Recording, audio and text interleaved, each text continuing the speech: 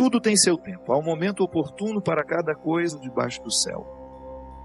Tempo de nascer, tempo de morrer, tempo de plantar, tempo de arrancar o que foi plantado, tempo de matar, tempo de curar, tempo de destruir, tempo de construir, tempo de chorar, tempo de rir, de lamentar, de dançar, tempo de espalhar pedras e tempo de as ajuntar, tempo de abraçar e tempo de afastar-se dos braços, tempo de procurar, tempo de perder, tempo de guardar, tempo de jogar fora, tempo de rasgar e tempo de costurar, tempo de calar e tempo de falar, tempo do amor, tempo do ódio, tempo da guerra, tempo da paz.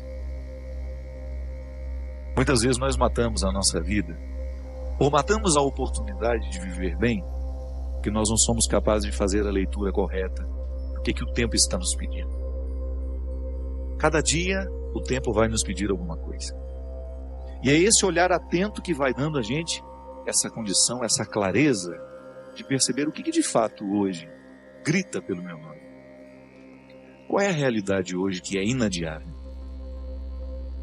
Às vezes nós somos tão negligentes na percepção disso, que às vezes nós desperdiçamos um mês, um ano, 10, 20, colocando o nosso empenho numa realidade que nem era para aquele momento. E é por isso que é tão interessante a gente desenvolver a habilidade de dizer não e de dizer sim. Porque essa é uma habilidade que só a maturidade nos traz. Que às vezes, porque somos imaturos, nós não sabemos nem dizer não. Não sabemos olhar as urgências do tempo. Então a gente vive para agradar o outro. Antes de agradar o outro, você precisa perceber o que a vida está pedindo de você. Porque nem sempre aquilo que você pode fazer para agradar o outro, está em consonância com aquilo que a vida está pedindo de você.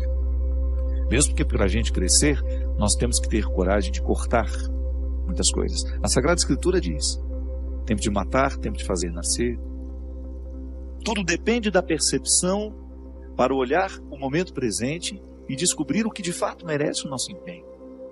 Quantas vezes eu na minha vida me empenhei no lugar errado, na questão errada? E depois não tem como ser feliz, sabendo que o meu empenho não foi onde eu deveria ter me empenhado.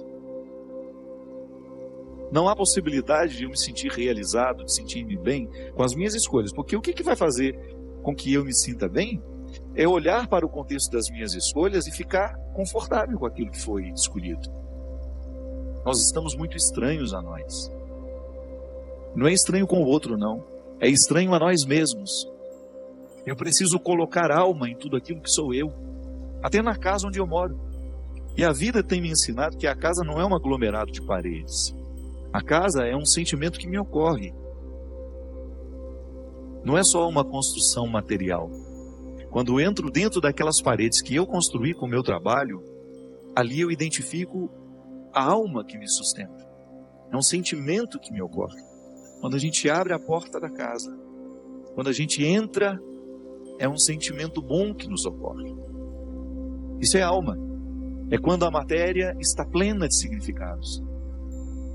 É quando a gente começa a atribuir um significado que ultrapassa as paredes, os móveis, o jardim, o portão de entrada. E é interessante que a qualidade da nossa vida depende e está intimamente ligada à nossa capacidade de depositar alma nas coisas. Eu não estou falando dessa alma, do significado mais profundo da nossa vida, dessa dimensão espiritual que me conecta com a eternidade. Não. Eu estou falando de tudo aquilo que vive e que faz sentido à matéria. Traz sentido àquilo que é material.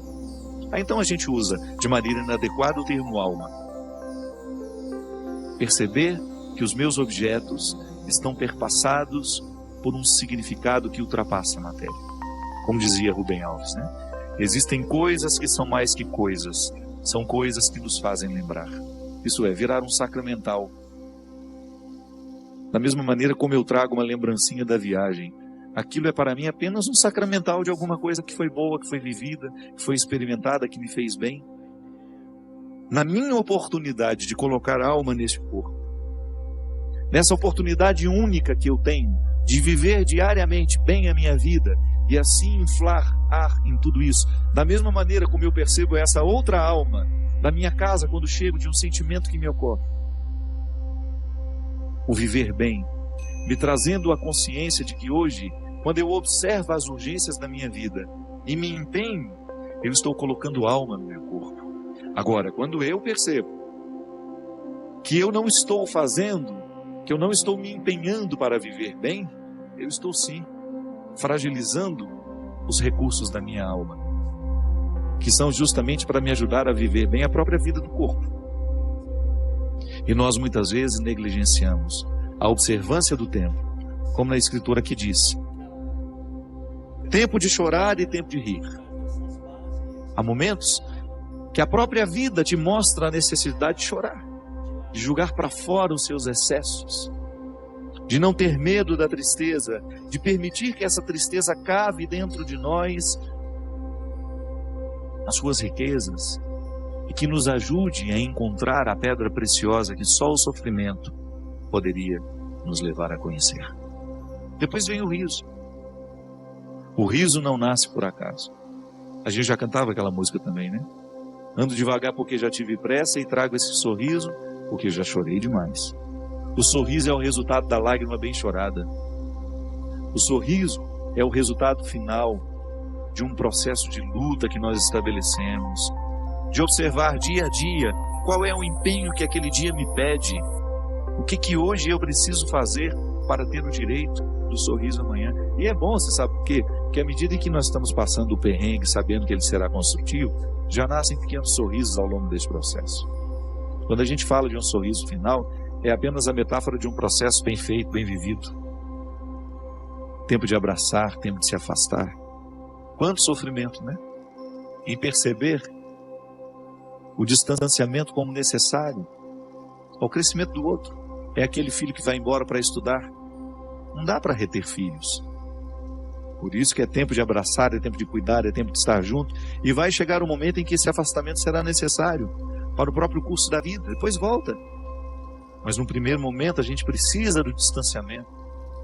Quando nós observamos o movimento do tempo e as suas urgências, a gente entra dentro do contexto de uma sabedoria irrenunciável à nossa realização humana. Tempo de rasgar, tempo de costurar. Se a gente não tem coragem, muitas vezes, de rasgar algumas realidades, depois jamais conseguiremos viver a libertação dela. Muitas vezes, nós lamentamos perder. E quando, na verdade, a gente vai observar aquilo que a gente perdeu, não foi perda, foi libertação. Quantos relacionamentos precisam ser rasgados para que depois eles sejam costurados do jeito certo? Fazer cair por terra todas as ilusões que nós temos do outro, ou todas as pretensões que nós julgamos em cima do outro. Não, o outro não tem que corresponder às minhas expectativas. O outro tem que ser ele. A vida sempre vai pedir de nós calma, paciência, porque com pressa nós passamos por cima de todas essas necessidades e não somos capazes de reconhecê-las. Que às vezes a vida não está dando certo, é porque você nem sabe exatamente o que você está precisando. Às vezes nós ficamos tão aflitos, tão angustiados, e não sabemos por quê. Faltou chegar ao ponto-chave, onde de fato está iniciando o conflito. Paciência, né? A gente não tem paciência nem para descobrir o que está nos angustiando. É a nossa pressa, é a vida estranha que nós vamos viver.